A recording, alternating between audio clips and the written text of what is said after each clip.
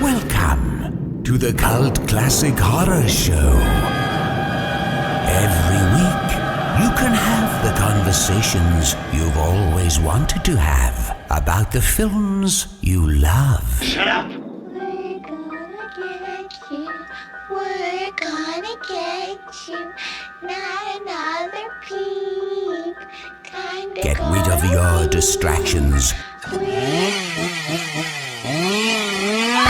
prepare yourself. Then lock your door. 5, 6, crucifix. You've got a big surprise coming to you. You're not going anywhere.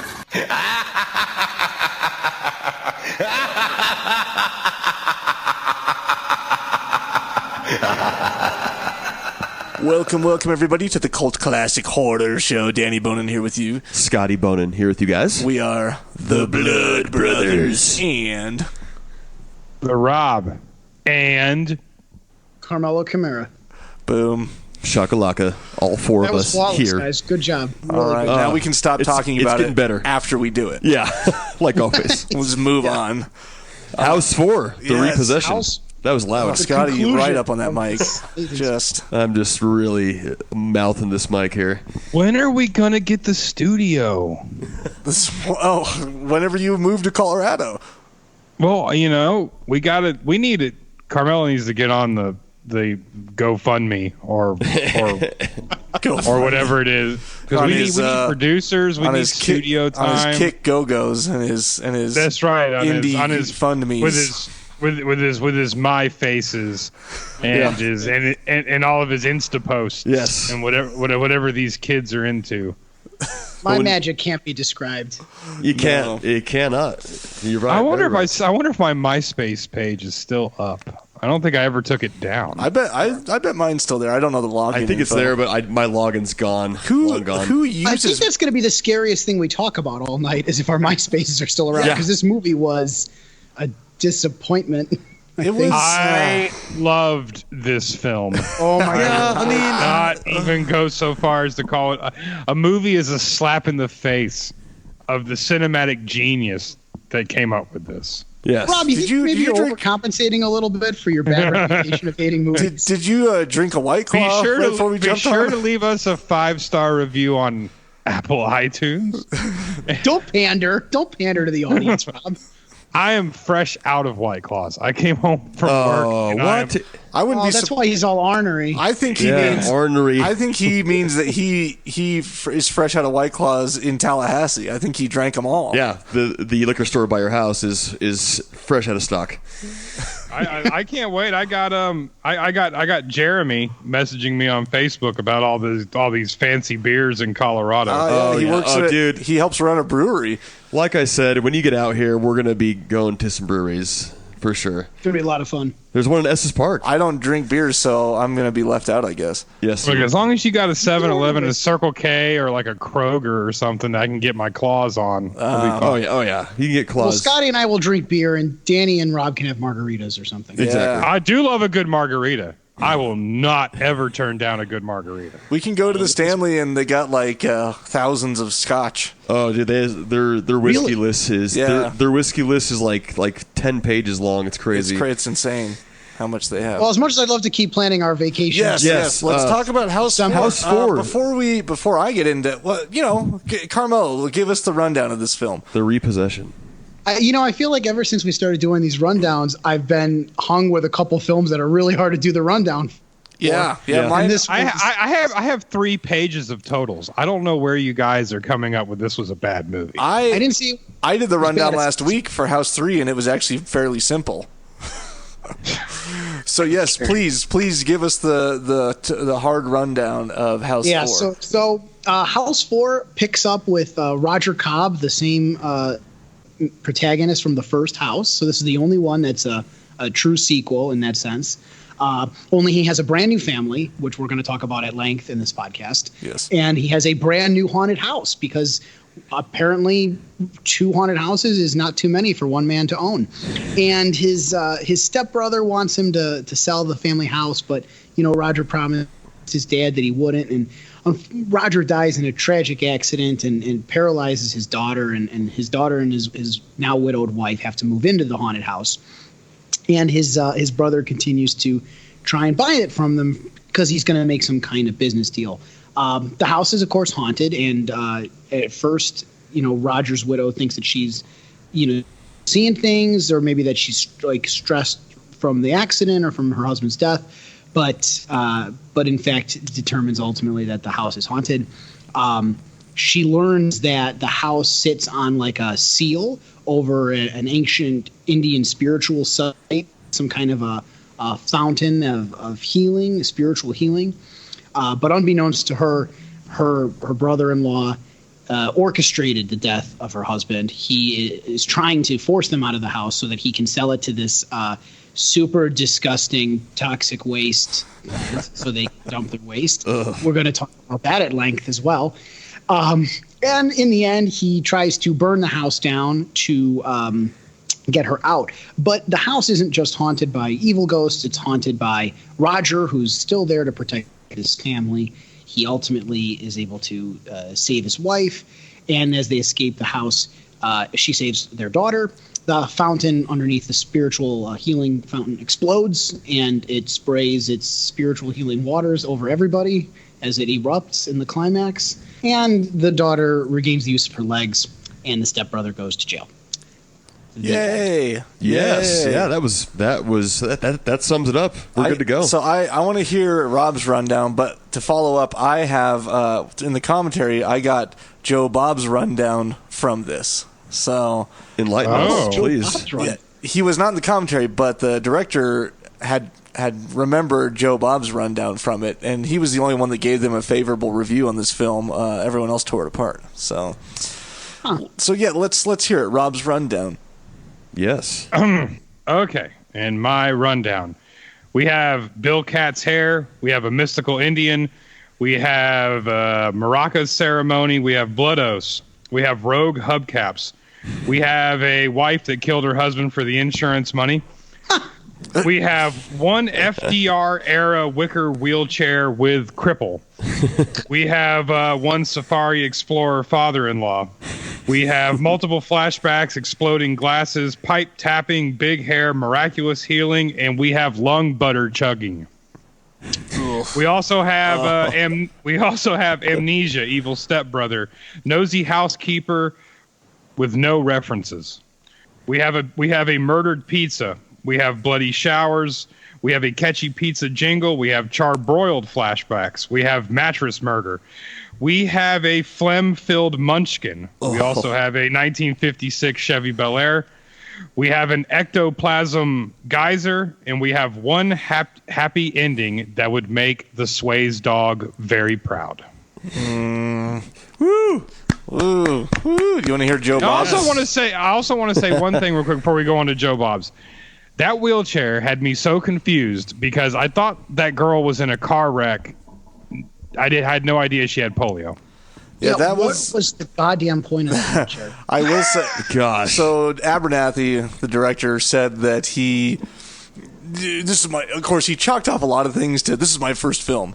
He said that he wanted he wanted as many things as possible to be visually stimulating, and he thought that, we'll just get a really old-looking wheelchair, and that'll be visually stimulating. It'll look good. And then even during the commentary, he himself was like, yeah, I don't know what the hell I was thinking there.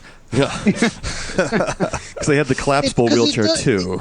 It's visually stimulating, but it's visually distracting, right? It's just clunky and awkward. What the hell?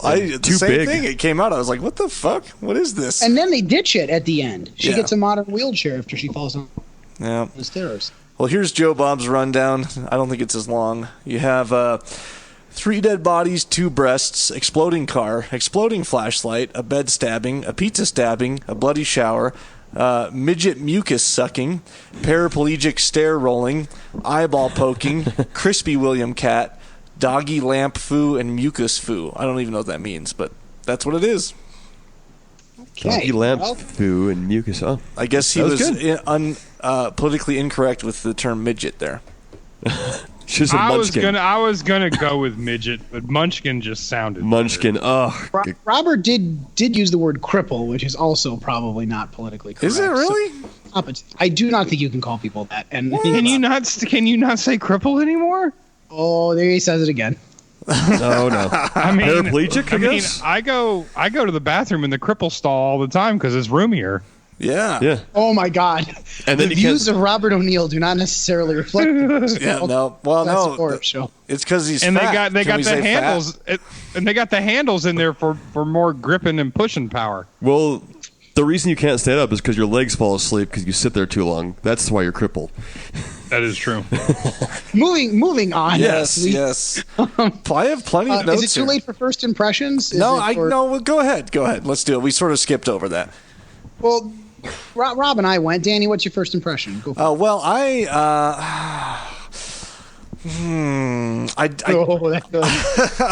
liked the first two films better than these last two, and this last one was a little bit more in line with the first house, and that's the way they tried to market it, and that's what they tried to say the whole time. Although it wasn't completely in line because it had about half the budget, and I think you can tell with the effects and everything else. And it just, I guess that would be the major downfall of it. It was mainly there wasn't really cool effects, and I also thought that the humor side of it wasn't really there enough if you're going to replicate the first house. And both extremes weren't there enough. You didn't have extreme humor, you didn't have extreme scares with the effects. It was just sort of this floaty in the middle film that did okay, I guess. So I don't know what they expected to be scary in it. That's all. Yeah. Yeah. What I think, I didn't hate it. There was some good and a lot of not so good. But like Rob was saying earlier, there was some soap opera-y kind of like looks in the film, which like some of it looked good and some of it looked really bad. And like, what the hell? Like those far away shots of like Ezra, the Indian guy, and it just looked very cheap. But anyways, and like some of the comedy in it like kind of fell short. It was almost forced to me. But it was still entertaining, and there was some good parts like the pizza stab and the blood shower, and and the henchmen were kind of funny too. But I say I'd give it a 4.5 out of 10. Well, all right, that's generous. Yeah. Anyways, I would give him more than that, maybe, but maybe a 5.5. Okay. Well, let's move on to some interesting tidbits. Tiddly bits. So the house exterior was a facade that they built on a place called Values A Ranch in Los Angeles. Strangely enough, you don't hear this very often, the interior of the house was an actual house interior in a home in downtown, South Central LA. I guess the neighborhood down there, it's not very desirable at all anymore, but it is filled with these old homes that used to basically be, I don't want to say mansions, but, well-off old homes that were like the interior of this house. That was actually on location, and I feel like it is a first for the house series. Everything else has been a set as far as I did like the exterior of the house. I think it did look, really old and falling apart and just kind of scary looking. Yeah. So they built that. That was great. I thought that the way the house looked on the outside, the way it looked on the inside was cool too. I think maybe if the film had been lit a bit better or shot a bit better, they could have really brought out some of the drama of that old house. Yeah. The first House movie has that awesome opening where you kind of go all the way around and then in and through some of the rooms, and you get a sense of like dread of being inside those walls. Oh, yeah. And this movie doesn't really present it in kind of any dynamic way, but it does. The house is cool. The set's cool. I like it. Yeah, definitely. Where was I at on here? So, I wanted to say something before this. You were talking about the. Oh no, I have this written down later on, but it is the same house that they used for People Under the Stairs. I was just going to say which that. filmed right after this. So the same interior, and I've only seen People Under the Stairs a couple times, so I wouldn't recognize it right away. But yeah, apparently it's the same. We should cover that at some point. I remember watching that Have a lot. we not? That is a good movie. We haven't. No, I know we just picked a got that different one. movie, but we could do that next and it'd be thematically consistent. Yeah, 'cause you're it's right. the same house. It is a classic. It is a good movie. So William Catt really only filmed for 2 to 3 days. He was not in it very much, as you know by watching. He died. And that was sort of an afterthought. Abernathy, Louis Abernathy, Yeah. I believe is the director, was brought on about 6 weeks before principal photography started. So he didn't have much time to do anything. He did have a couple of writers do rewrites on it, and there was they had arbitration, there was a debacle about who gets credit for what. And so technically, Jim Wynorski, who's done some writing on the house before, wrote the original script along with another guy, and then their script got butchered up before the principal photography into what Abernathy says is a much better script by these two new writers who are mainly at least the credited writers on the Blu-ray I have, but I think all of their names are in the credits. Yeah. So there was some issue regarding that. But anyways, Abernathy says about 2 weeks prior to starting, Cunningham was like, is there a way we can get William Catt back into this just to sort of help tie things together? That's short notice. Yeah, so William Catt was super last minute. And Cunningham talks about it, Abernathy talks about it. It's really a feeble attempt because, yes, he has a new family now. Yeah, he has a daughter now, and his other wife and son are nowhere to be seen. This is not the same house at all because it's in the middle of nowhere. And And it was so distracting to me. Yeah, I was because like, wait, what about his son? It could have easily been a different guy. It could have even been William Katz playing a different character. It would have been fine because it's an anthology. It doesn't. They pulled a Halloween.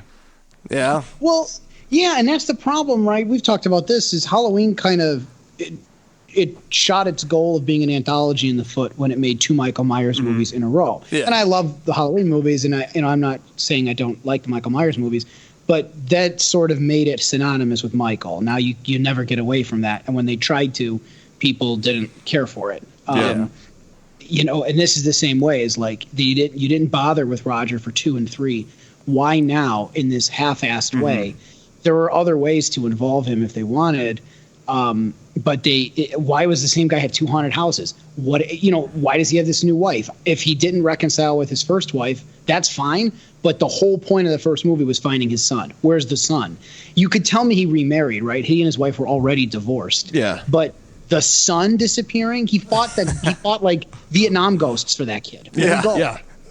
And then the whole thing, but yeah, like 2 houses. His aunt gave him the first house, and now his dad gave him this other house.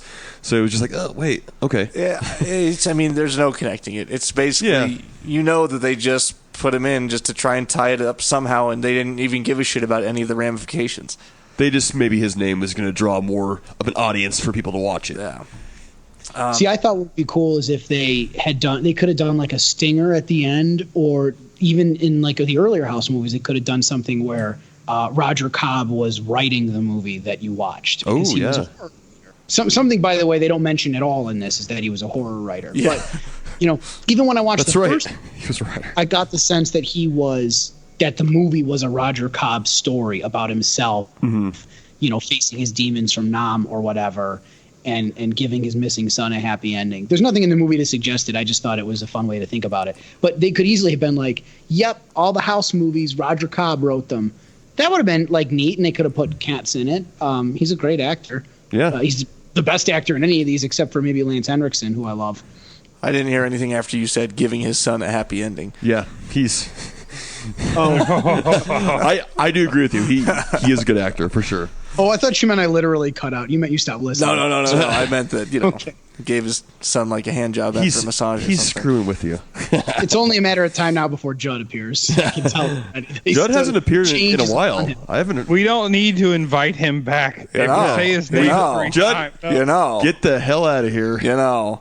He just came out of the closet. The only kind of How is it that Carmelo gets on to me about saying cripple? the only kind of happy and ending. he invites Judd onto the show. The only kind of happy ending that a little boy should receive is one Oh, God, is stop. one Please, via my my hard calloused sandpapered hands. Oh my God. Oh my God! All right, Judd, back in the closet. Shoo. Back to House 4. Get out of here. Yes. Let's see here. So, I said $1.5 million budget, which is Carmelo's over there like doing hand signals. I'm so sorry. I'm so sorry. They're usually not like Caused this. it. No, they're usually like this. Yes, we are. The Yeah, good news of is course. it's already resolved itself. She has just left me. Oh, great. She left with divorce papers on the table as soon as you started the impression of Jed, of course. of Judd. For those of you that don't know, Carmelo's wife is listening in on our And he's on at our podcast. at his.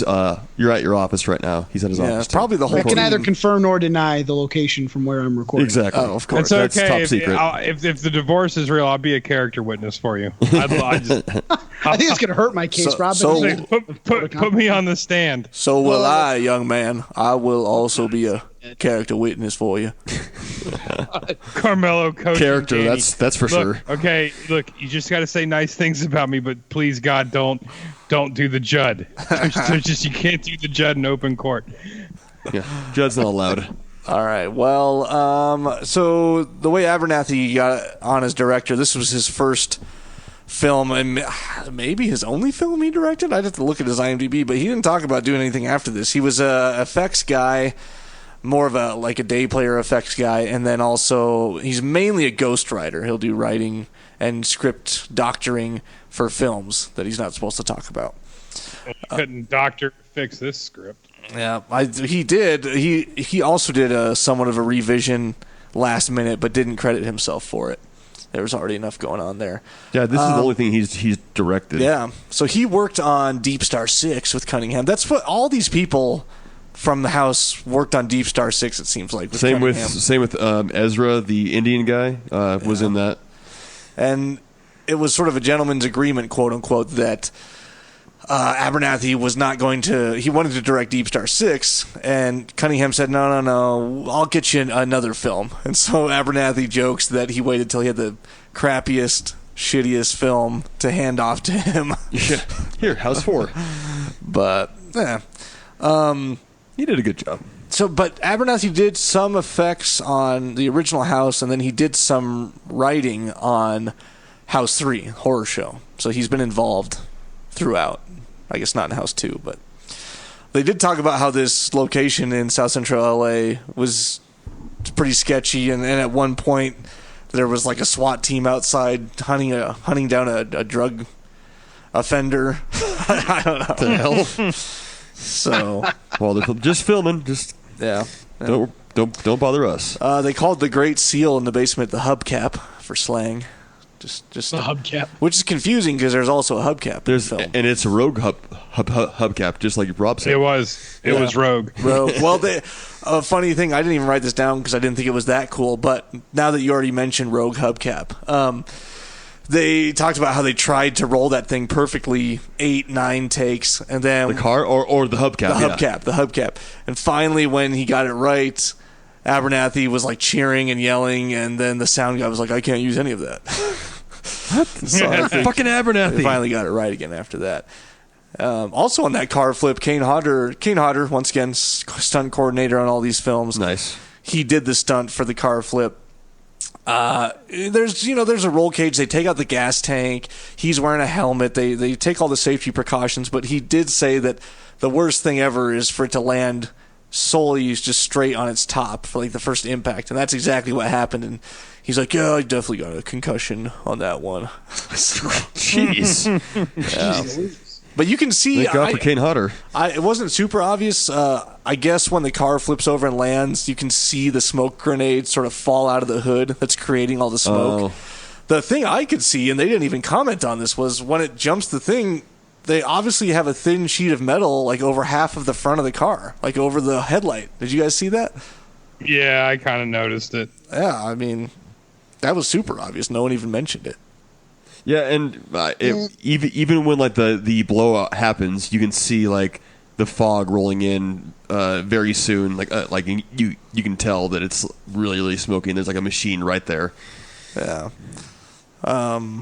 The Indian guy did actually bring in his own Indian artifacts and do an actual American Indian song seance type thing where he's doing that scene.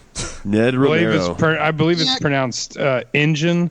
Oh, that's right. Can we talk about what a terrible character he was? I mean, he barely shows up. He doesn't do anything useful. He imparts exposition to us in like the lamest ass way by withholding it and making her ask questions that he could just fucking answer. His dialogue and scenes were just not good, not well thought out. When she like determines to save the house, he's like, "Let the police handle it. Don't get involved." And it's like that guy. Why is he saying those things? Before it was like the house is sacred, protect the house. Protect the house. It's almost like the writers were just like, well, we need to introduce some conflict. She can talk to that guy, I guess. Who cares about that guy and what he wants? And, the lines didn't even feel like they were his. And then he just kind of shows up at the end to like bless the house and say like, yes, there was Indian magic here. Oh, the fountain of youth, bless the house. It was the same guy. The only American Indian actor, or the only American Indian character, should be played by Graham Greene. There's no other alternative. I don't know. They're all awful unless they're Graham Greene. Who's Graham Greene? He was the chief of the Indians in Dances with Wolves. Oh, and he was he was in Thunderheart. He's I see him. the Isn't he in like Twilight too or something? Oh, he's in everything. Graham Greene, Green Mile, Wind River was a really good movie. I know. I should check that out. I can picture what his face looks like. Dances with Wolves, Skins. Yep, there he is. The Green Mile, Transamerica, Winter's Tale. I mean, he was in Wind River. Wind River was awesome. It was awesome. Wind River was good. But yeah, he's in like everything. He's the Indian guy. Yeah, don't forget Wes Studi. Wes Studi is also. Yeah. Oh yeah, Wes Studi is he's him and Graham Greene are like both. Wes Studi. Wes Studi almost looks slightly Asian too, but I guess not. Wes Studi's in Hostels. That was great. He's in Heat. Yeah, I thought this Ezra guy was going to be kind of the same kind of character as the Indian in Poltergeist. Isn't he in something else? This guy? Who, Ezra? Probably. He's in Star Trek. Let me look. I'm looking real quick because he I don't know. He looked familiar to me. He did pass away in 2017 at age 90. Yeah, Wes Studi was awesome. Rest in peace, Ned Romero. Well, I'm not seeing him pop up here.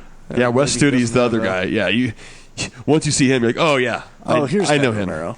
Ned Romero. Yeah, Star Trek's Hang 'em High, Clint Eastwood. Yeah, maybe I don't recognize him from anything. Walker, Texas Ranger. Wes Studi was in Dances with Wolves as well.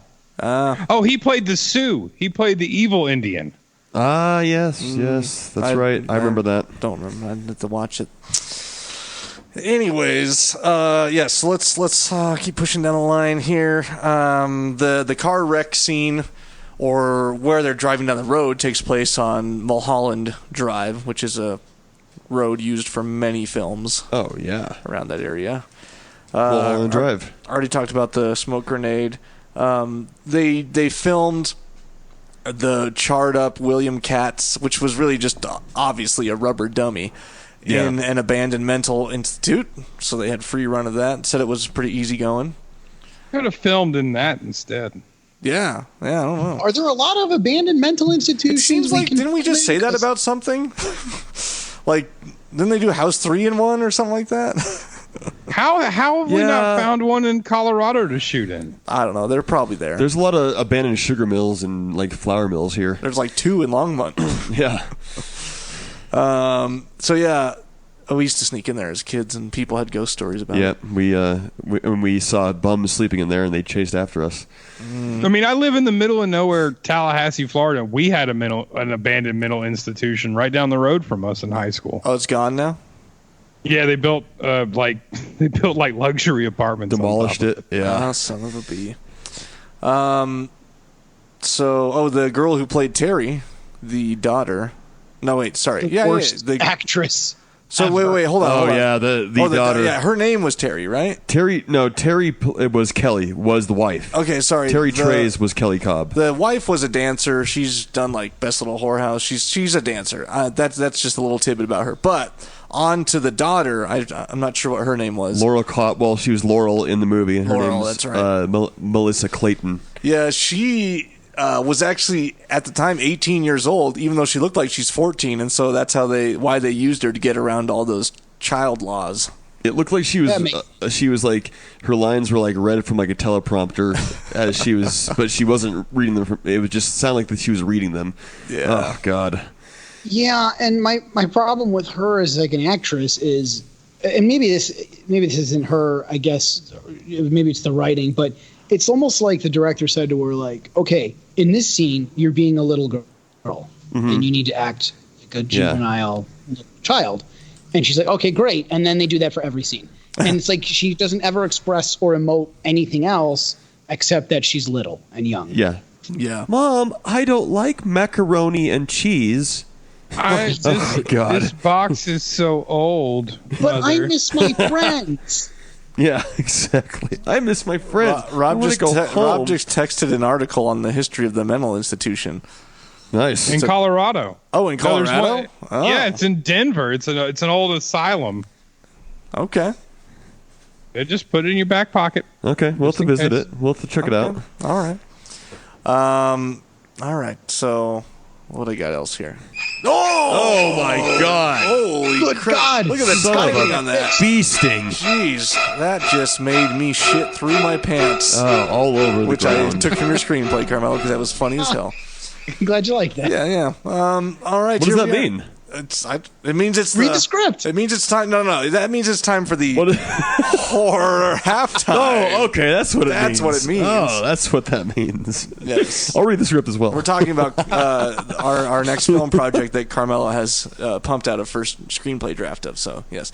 Hell yes. Anyways, And Danny's all excited about it because Carmelo knows how to punctuate. Yes. So yeah. Well, although there are apparently he's some, excited there's to still shit some shit through his pants. I don't know if it's Carmelo's doing or him just not completely fixing Rob's stuff, but there are still some grammatical errors and things inside. Grammatic. Very nice. Yeah, maybe I'm just going in there rogue and deleting commas. maybe. Just like that hubcap. So for those of you who are new, guys, tell them what the horror halftime is. Yes. The horror halftime is a chance for you, the listener, to become the horror freak of the week and win free gear from Cult Classic Horror. Basically, all you have to do is submit a meme on social media, preferably in our Facebook group, the Cult Classic Horror Show, but you can also do it on Twitter or Instagram, but make sure you tag us at Cult Classic Horror, at CC Horror on Twitter, and use the hashtag horror halftime. The meme has to be from last week's episode, and if we like your meme the best, you will win some free, I don't want to say swag, win some free gear. Swag. I think you're going to say swag. Swag. I don't want to Gear. say swag because both are stupid. So, we do have a horror freak of the week, as we do now from here on out every week. So, the horror freak of the week is Will Greer. WG. Or Grier. Will Greer. Yeah, Will. Appreciate Good man. the meme alluding to the similarities between this film, or sorry, last week's film and Shocker. So yes, just shoot us a message on the page, and I'll send you out a sticker, because I know I sent you a shirt already this year, but I'll get you one of these custom stickers sent out here. And yeah, make sure you guys, if you want to participate, get your memes in next week for pertaining to House 4. The repossession. Yes, if you want to be the horror freak of the week. I know Carmelo just mentioned People Under the Stairs, but we are actually covering the New York Ripper next week. I hope I made Freddie Torres happy, because that was a special request. Yes. And we do I need- may not be here next week. Yeah. This Italian Fulci horror stuff. Oh, yeah. You didn't like Suspiria either, huh? No. I can. I'll record the entire podcast in Italian then next week. How does that sound? see, do you it's know right any up your Italian? alley, Do you know Carmelo. any? Well, I can swear in Italian, so Okay. I mostly just curse obscenely the entire F and time. A. But yeah. I don't understand what you don't like, Rob, about just people getting cut up by normal wire. Yeah. Just running into a room full of like metallic yarn, and then somehow being disemboweled, and like blood that glows. Oh, you're talking about awful, Suspiria.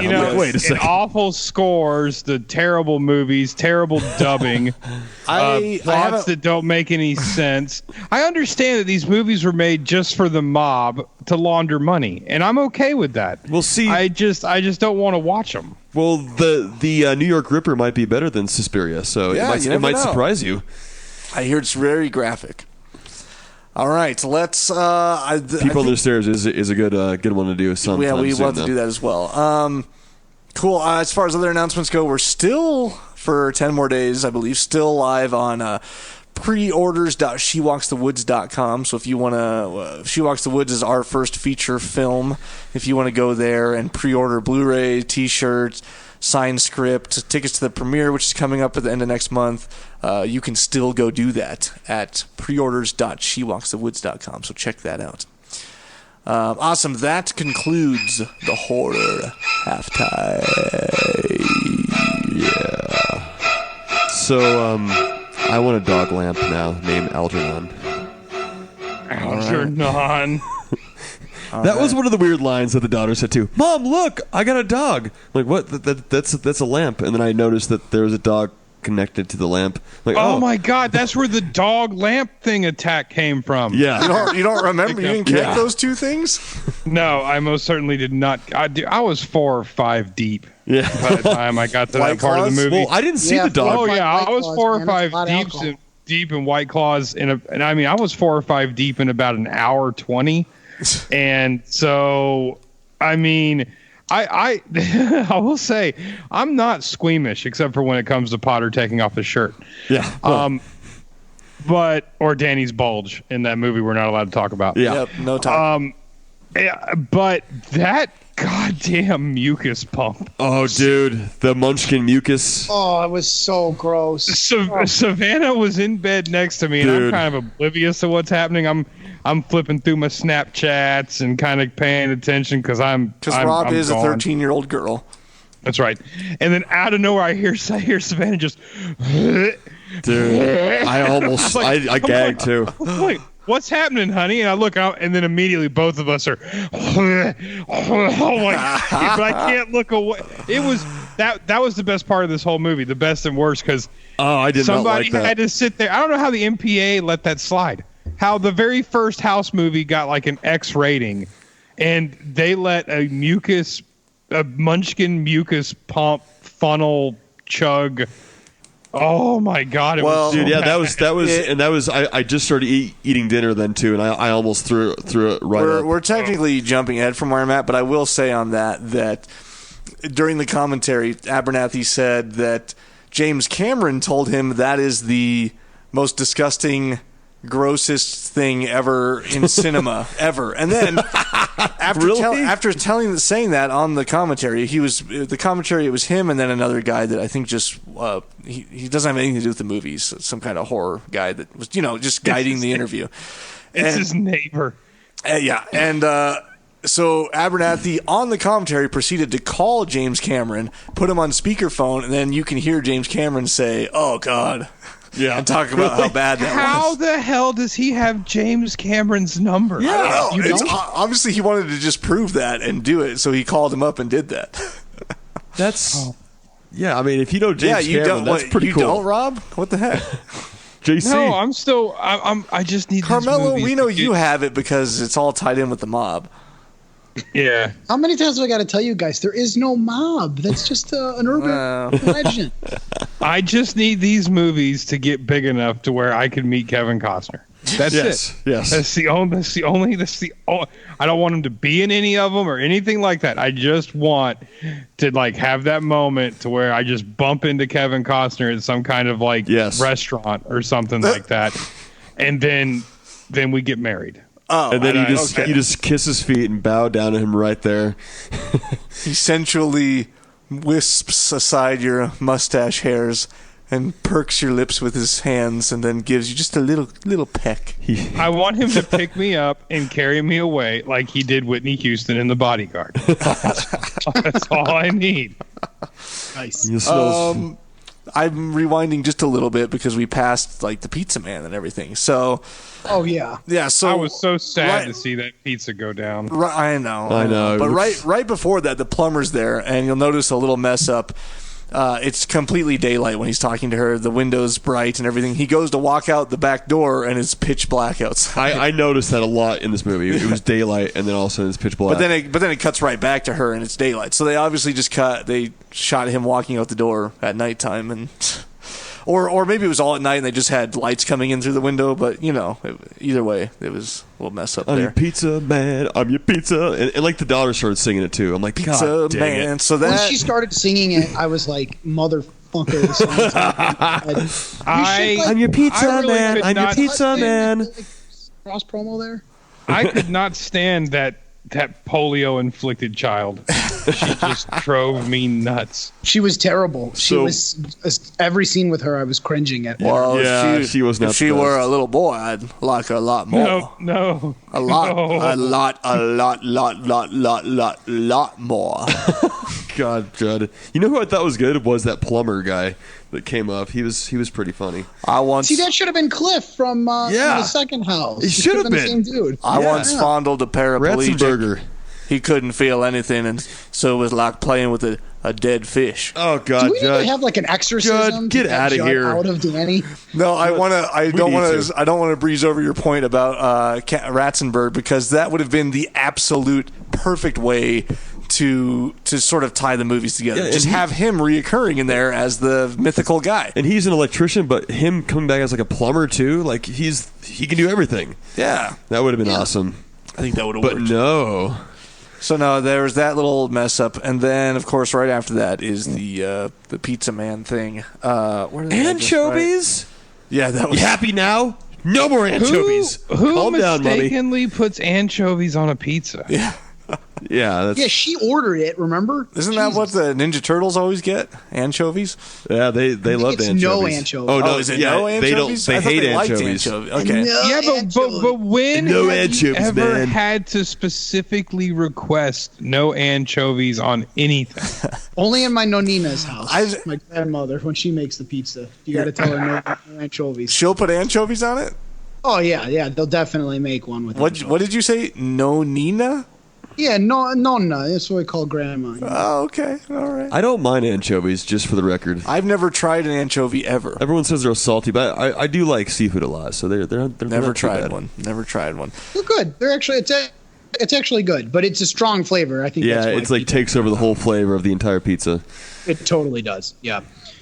So the pizza man thing was like, it was funny, and also when like there was marinara everywhere was like kind of cool, but it was it highlighted to me a huge plot hole in this movie. I've got a real big plot hole with this movie that I can't figure out. When she talks to her Indian shaman friend, he explains that the house is a place for good spirits, and it attracts, it's got this spiritual healing well, etc. And Roger's there. Mm-hmm. And throughout the whole movie, we don't get the sense that anyone is haunting that house other than Roger. Yeah. So why is this scary shit happening to her? Yeah, the pizza, it's just the pizza thing that makes no sense. Like, who's that? Well, that highlighted to me also the bed thing when her daughter disappears into the bed and she starts cutting the bed. Oh, that too. Yeah, That too. yeah. And it's like, and she starts why- seeing things. Yeah, so why is this happening to her? And at no point do they resolve it or explain it. They could No. easily have been like, yeah, now it's like a conduit for evil spirits too. Well, Fine. Abernathy, he didn't talk about the pizza man, but he did mention just the exact thing you're saying about the bed. It's like, well, what's happening here? Does Roger make this happen? We're not really sure. And I'm guessing that Roger carries his daughter upstairs because we never see how the daughter gets up the stairs. So I don't, and she can't walk. So how does she get up to her room?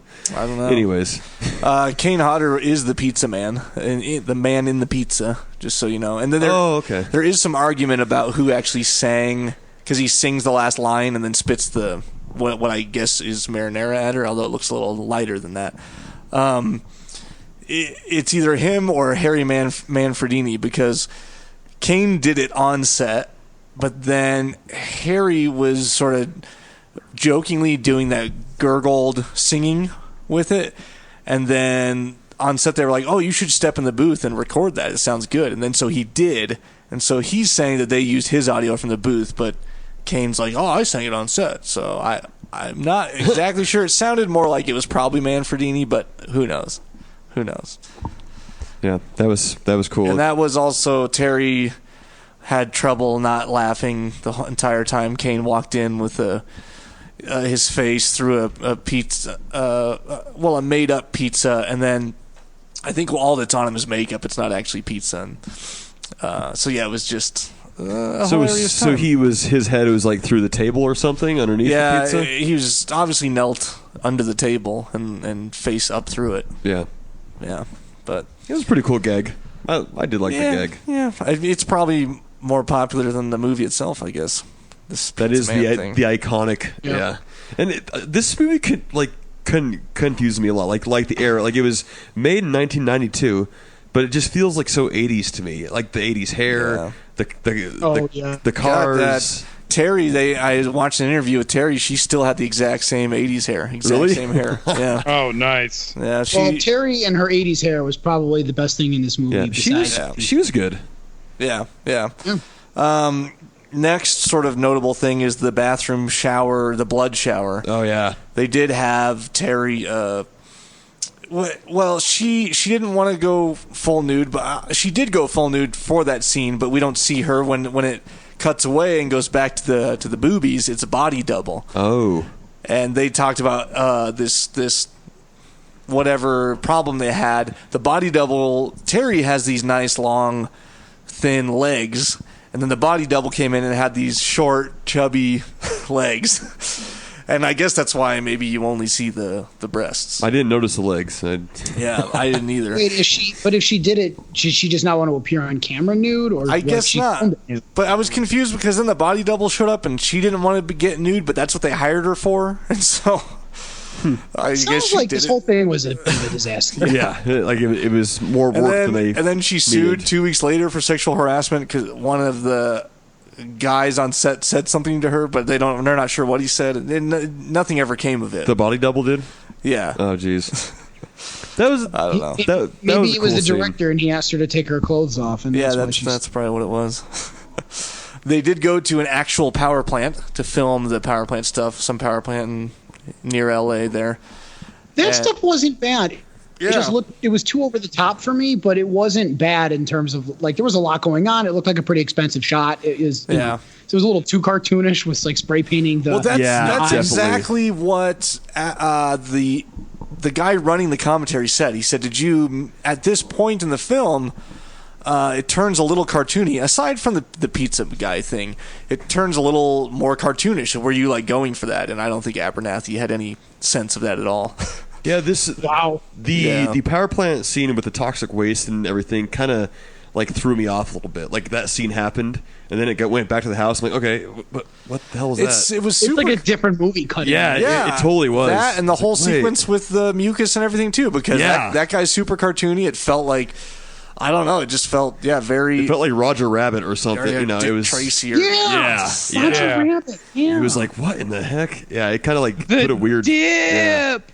Yeah. that was his Abernathy's college dorm mate was the little guy. I don't know what you want to call him. Munchkin guy? Yeah, so he was mainly an artist, not really an actor, and then he just asked him if he wanted to do this, and it worked out. I mean, he delivered his dialogue good. Yeah, actually, what they did say is that critics have mainly praised him. He was good. Yeah, definitely was. I already said the James Cameron thing. You had this whole snake and bug thing going on too. Those initial masks where they came in to scare the family were custom-made masks, and then towards the end when the house is apparently causing them to hallucinate, the effects did a whole body get-up for the snake and bug, and I think Kane Hodder was the Snake Man officially. Oh, okay. That was pretty cartoony as well, I think. Yeah. Snakes, bugs. And they and they were shooting each other. Like I guess they sneak in the first time, and then that's when the dog lamp jumps out the window and breaks. Yeah. And then the second time they come in. Yeah, I mean I did skip ahead just because of the masks and cartoony, but yeah, rewinding slightly to when they break in the first time they have those masks on. That's when she falls down the stairs out of the wheelchair, and the wheelchair breaks. The stunt double for that, they did 2 takes on this. She cracked her tailbone on the first take and didn't tell anyone, and did the second take, and then I think went to the hospital after that. So a sort of sad thing that they said in the commentary is that when they were putting together this whole commentary and revisiting everything, they found out that she's a stunt girl and had missed the air pad when doing a free fall from a balloon in like Europe, and now she's paralyzed or something. Oh God! Yeah, this was after House 4. Yeah, after. Goodness! I don't know her Obviously. name, but she's a stunt woman, and that's sad. She was doomed because she played a paralyzed person, and came around and nipped her. Is right in the spinal cord. so the same girl? Oh, Jesus. The same girl that played. Because she was the stunt double. Yeah, fell down the stairs. Got it. Double. Also, what is it? Another thing that they didn't really flesh out or left hanging was when you see Burke and his gang back at their place, and really Abernathy said he made a mistake by making that so far away from the mucus sucking, because you see him back at his place, he's gargling mouthwash, he spits it out, and he has like green on his wife beater there, and so really he had just come from sucking up the mucus. And so that actually didn't strike me as one of the continuity errors. Well, sorry, I'm still not there yet. It's still so in their home or apartment or whatever, there's like blow-up dolls all over the place, and there's pornographic pictures on the wall. I noticed that. Yep. And this guy's a pervert. Abernathy talks about this whole side thing where these 3 guys are actually pornographers, but they're trying to make a quick buck by doing this bad thing. And that was how he wanted to get across that they were sleazebags, but it just never really materialized. And I don't know. In the commentary, he's like, I don't know if the art department just never heard back that we weren't really going that route, and then we showed up and there were still blow-up dolls and porn pictures everywhere. I just thought the stepbrother Burke was just a pervert, and that's the only way. I guess it worked for that. That's how I read action. It, Yeah. You might. I didn't think it was like out of place. I just thought like, oh, this guy's like a total sleazeball. Yeah. I would have been worse if they were pornographers, because like, where do pornographers get fucking sniper rifles? Yeah, what the hell is that? Well, I mean, they're technically. I know. I can get you a sniper rifle. Really? And Rob's a pornographer. Well, I mean, Carmelo probably has crates full of them. Guys, the NSA doesn't even need to bugging us right now. We're recording this and going to broadcast it publicly. You're right. They badged me and went through background checks and let me wander around the airport runways. Well, there you go. I was actually really disappointed because I thought the NSA was like tracking me, but I don't think they are. Carmelo, they're lulling you in. You might know the guy that played the short chubby gangster. His name is John Santucci. Mimi Boombatsi, or his name is John Santucci. He is he's an actual gangster from Chicago. He was quote unquote in a crew in Chicago and did jail time before he went after some film acting. Really? Is that so? Yeah, I do have some relatives who found their way out to Los Angeles looking for an acting career. Must be him. Yeah. Yeah. Both of the henchmen were actually pretty funny. The Lee and Charles. Ned Bellamy is the other one, and he's been in a ton. Oh yeah, of stuff. he's very recognizable. So I did notice when they were spraying the gasoline in like the basement there, the bigger guy, I think Charlie or Lee, whatever, he looked at the camera before he sprayed the gasoline on it, and then he like put the gasoline on the camera as he like tried to look away. They talked about Santucci. I don't know if you're talking about Ned Bellamy, but Santucci. They said they had that problem with him. Yeah, they said that's what I'm talking about. He had this wavering, straying glance. That's what he did. Where he would catch the camera every now and then, and they'd be like, I noticed it. They'd have to reshoot the scene. So yeah, you could tell, especially when he's pouring that gasoline. I'm like, what the? He just looked at the camera and glanced away. I didn't notice it, but that's funny. I definitely said that. I had to go back. I'm like, wait, did he just do what I think he did? Yeah, he did. Another thing, Carmelo, that may have been lost in translation is that the the bed where, I don't know why I said Carmelo. It's because we were talking about this, 2 minutes ago. Right. But anyways, the bed, she sits on it in the beginning, it breaks, and then in a later scene, it sort of looks like she's just sleeping on the mattress. That's what it's supposed to be. She's just sleeping on the mattress. And then later on in the film, before she tells the brother-in-law she's not selling, she has that dream sequence with William Catt, and what's supposed to be this assuredness of he's there, he's protecting her, and now she doesn't need to sell the house. They don't need to get out of there. That's what that whole sequence was sort of for. But she wakes up and rolls off the bed and then starts acting like a crazy person. She's like, what? And has the poker and everything. And I didn't catch it until I saw it in the commentary, but it's because there's no longer just the mattress on the floor. The entire bed has been assembled and fixed now that she was just sleeping in. But I didn't even notice that when I watched it. I did notice that the mattress was on the floor, and then it was on the bed. So I don't know if you guys noticed that the bed was miraculously put back together and fixed. But I didn't, but Savannah did. Really? I had checked out by that point. So the blanket being pulled over her shoulder, is it by itself? Is that like Roger? That's Roger, putting it on her and comforting her. So why would she wake up and freak out, even though she knows that it's Roger's? I don't know if she knows. I guess she just had the dream. I think it's the scene where she figures out that it's Roger. Yeah, because then the bed breaks again and she starts laughing. And she's like... Yeah, and the stupid old reel of film starts playing and projecting. She sees him and stuff. And actually, that was probably fine. What I could have done without is the repeated cuts to the framed photo of Roger. It was like, I get it. Yeah. I get it. It's him. I understand. All that. You don't need to keep doing that. And then the daughter jumped in the pool with her clothes on. What the hell's up with that? Well, they said that they had her in a skimpy bathing suit, and when she got out of the pool, it became apparent she wasn't 14 anymore. Oh my goodness. Okay. There had to be some giveaway, because certainly her attitude wasn't. Fully dressed her. All that stuff was filmed in Cunningham's backyard. Just all that stuff. So he has a pool. Yeah, second unit stuff. Then sort of the last couple things I had, actually really the last thing I have is for the fire, the basement, whenever you see the fire in the basement, that's on a miniature set.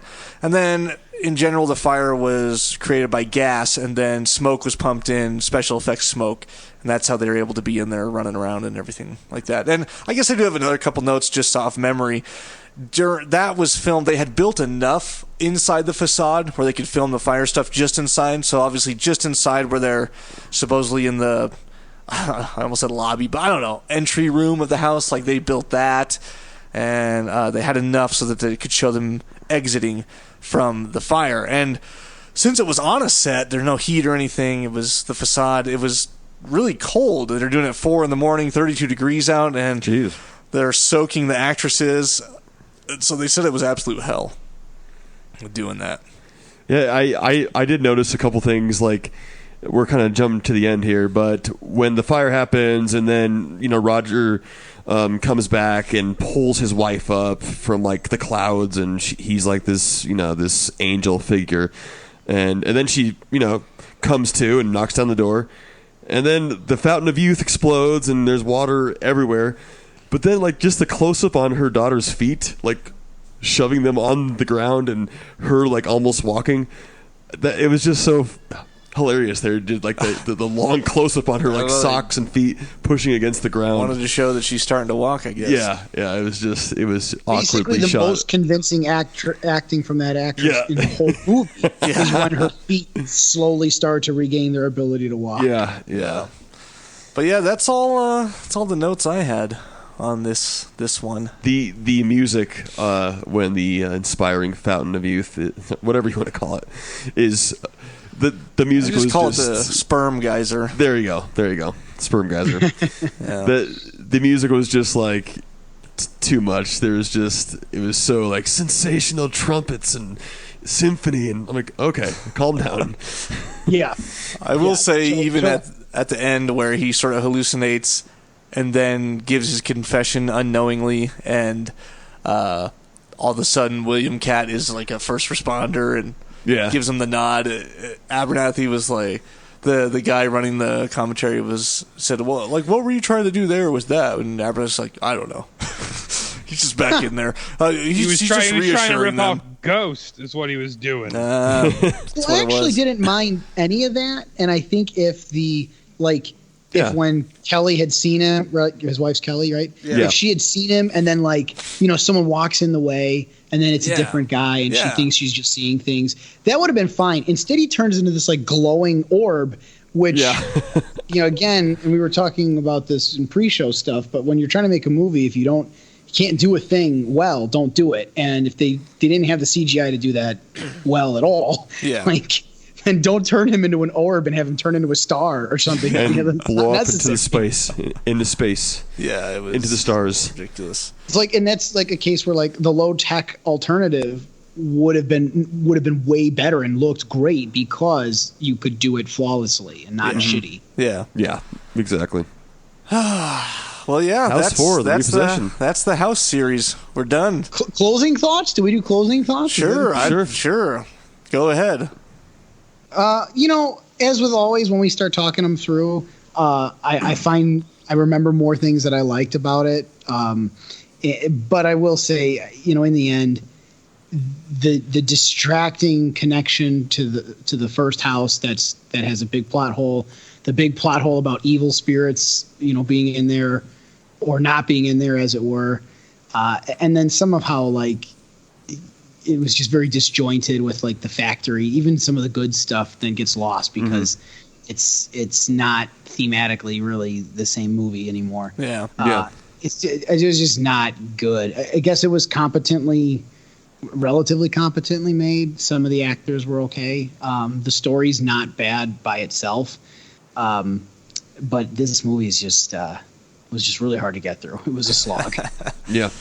I think like I said, I'll stick with what I had in the beginning because I already went through commentaries and everything. That it had some nostalgia. It reminded me a bit of the first House, which was nice, but in general, the plot holes and just the lack of budget. Not only the lack of budget, because you can have a lack of budget and we love it. We're used to that on these films. Evil Dead was made for a 1/10 of this, and it's just the lack of budget, but then what they tried to do with it, and then what they could have done with it but didn't. Make things funnier, make things scarier, to both extremes. But overall, it was all right. I don't know that I'll watch it again anytime soon. Yeah, I enjoyed the series as a whole, all 4 movies. It was fun doing them, and I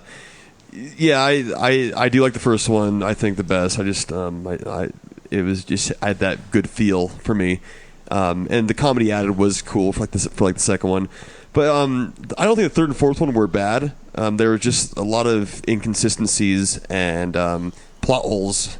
I guess There's didn't need to be filled inconsistencies over this whole series. I mean, the third one is a great standalone movie, but probably shouldn't be a house film. And then the fourth one is not a great house movie because of all the plot holes. Yeah, I can't really include the third one in any of this, I guess, of what I'm saying. I mean, the third one was a good standalone movie. But it's definitely not the worst series that we've covered, and I think it was fun. And the last movie, as I said, 5.5 now. What do you think, Rob? I mean, I didn't watch the second one because I wasn't on that episode. I was working. The first one I thought was pretty good. I think it's a good movie. The third one I thought was just awful, just so bad. Even as a standalone movie, it was so bad.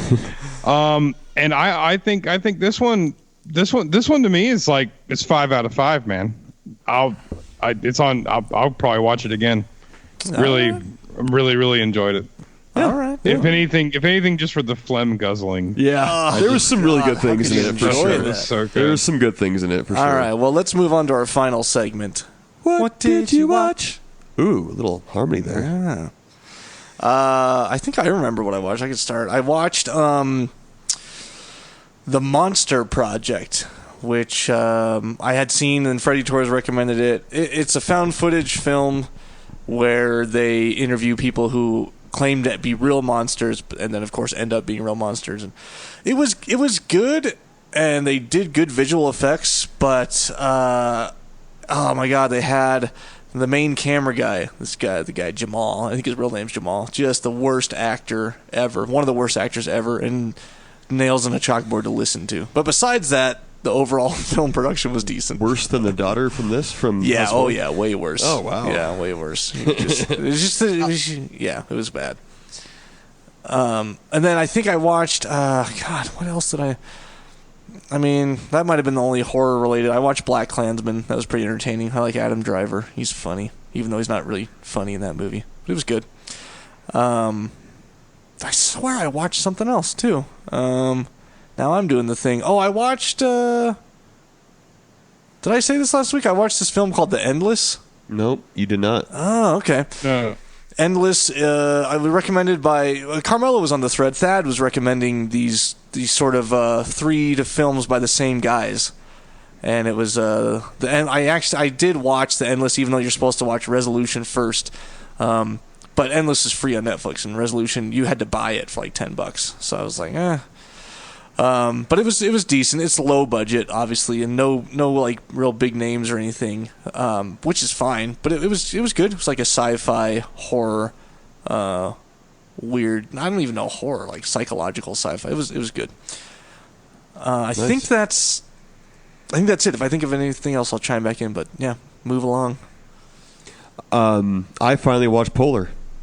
It was awesome. Oh, yes. so good. I was talking. So It is good. very, very good. I was talking to Danny about it for like a long time after I watched it. We were just talking about all the great scenes, but yeah, I mean, like you guys told me how good it was, and it was that good. Like I didn't have my hopes. My hopes weren't crushed or anything. I didn't have my hopes up. It was that and more, and I just have a new appreciation for Mads Mikkelsen now. It was very awesome.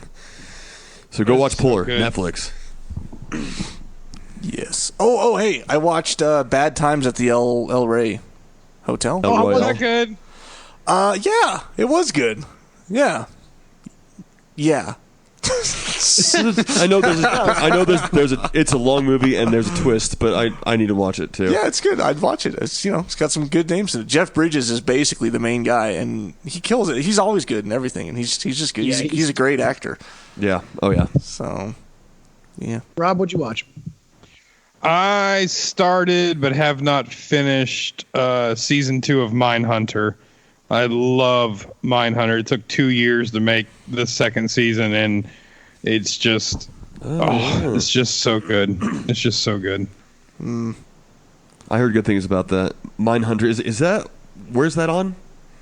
It's on Netflix. Yeah, okay, It's it good. is. I mean, it's based on the book that John Douglas wrote, and it's just. I mean, John Douglas is the man. I mean, he's like the first serial killer profile in the FBI's history. He interviewed all these guys, and it just goes kind of like through his career. But it's not a documentary; it's more like a drama. But it's awesome. It's Check so it out. good. What about you, Nice. Carmelo? You watch anything? So, I was on vacation this last week, so Yeah. mostly out exploring and not really much time for movies. How was London, by the way? You can make it London short. was Yeah. amazing. Yeah, London was That's terrific. awesome, man. Heck Tell you yeah. all about it. But it's Did you solve it's a 9-hour Jack flight, the Ripper? so it's Did you like- solve it? Did you solve the murders?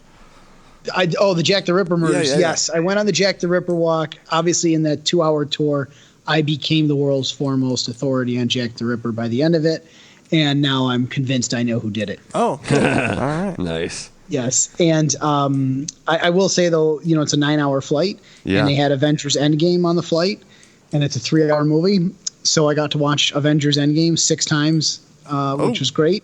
No, Wow. I'm kidding. I did not. I was like, whoa. I did watch. My wife and I watched a movie called A Dog's Way Home, about a puppy that loses its owner. I've seen that Has movie. to- You've seen I it? couldn't Oh, watch good. it. Well, wait. I can't watch I think it. we have. Is I'll that, cry. Hold I on, know hold on, I'll hold cry. on. Is that where the dog keeps? It's like the dog's perspective on all different owners.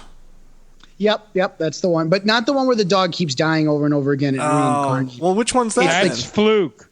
Fluke This one's is less the one sad. where he Fluke. keeps. Which one's that, Carmelo, that you're talking about? That dies over and over again. That's not Fluke. That was called A Dog's Journey, and I'm pretty sure it's like the same It's like the same conceit. I think I've seen the one where it's a complete ripoff of Fluke. Fluke was the same thing. It was Eric Stoltz was reincarnated as a dog. No. This one, the dog keeps getting reincarnated as another dog. Oh, yes, that's right. Yeah, that's the one I've seen. We watched a Dog's Way Home is basically the same thing. Where my it's mom made me watch it. Yeah, and you know what? They still managed to get the multiple owners thing in because as the dog is trying to make this 500-mile journey home, she keeps finding new owners and helping them through various life things. It was a sweet movie. It was it was a film. Okay. We watched Homeward Bound. We watched Homeward Bound a couple of weeks ago, and I cried. Oh, that's classic. My God. Homeward Bound's that great. movie's so good. Shadow. Savannah was so pissed off, so pissed off that I watched that movie. Chance. And I was, oh my God, I was crying like a 8-year-old. I love that movie. Oh my goodness. He was just too old. You're horror hosts, ladies and gentlemen. Dog's Way Home. He was just too old. He couldn't make it. Oh, Peter. Oh, God. Oh. Anyways, on that note, yes, I'm gonna watch it. I'm gonna watch it again, and I'm gonna have a good cry tonight. I'm gonna go to bed. Yeah. Well, that wraps up this episode. Definitely follow all of us at Danny Bonin, at Scotty Bonin, at O'Neillia with 4 O's, at Chimera's Comics, at Cult Classic Horror, at CC Horror on Twitter, Patreon.com/Cult Classic Horror if you would love to support what we're doing here. And make sure that you rate and review us, especially on Apple Podcasts or iTunes, whatever they're calling it these days. We would appreciate that. Thank you, guys. Yeah, join us next week for the New York Ripper. And, thanks for joining us. We'll catch you next week. Thanks, guys. See you then. Later. Don't you blame the movies. Movies don't create psychos. Movies make psychos more creative.